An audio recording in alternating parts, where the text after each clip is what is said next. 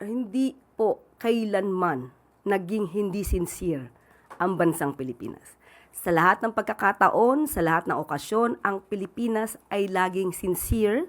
In a Bloomberg interview, sinabi po ni Pangulong Bongbong Marcos na given yung crisis na nararanasan natin, it's not impossible na baka mabuhay din po yung discussion on joint oil and gas exploration with China.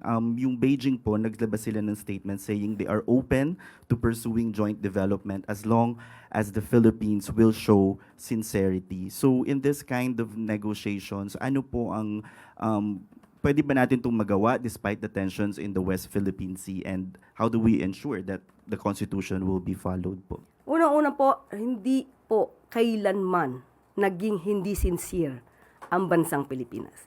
Sa lahat ng pagkakataon, sa lahat ng okasyon, ang Pilipinas ay laging sincere sa pakikipag-usap, pakikipagnegosasyon, lalong-lalo na sa pamumuno po ni Pangulong Marcos Jr. Wala po siyang secret deal. So, kung ano man po ang maaaring idulot ng anumang negosasyon at ito ay magiging maganda para sa Pilipinas, yan naman po ay hindi tututulan ng Pangulo. Ang sabi nga po ni Secretary Tess Lazaro, sa ngayon po ay wala pa pong joint exploration with China, pero hindi naman ibig sabihin na hindi magkakaroon. So, open din po ang Pilipinas.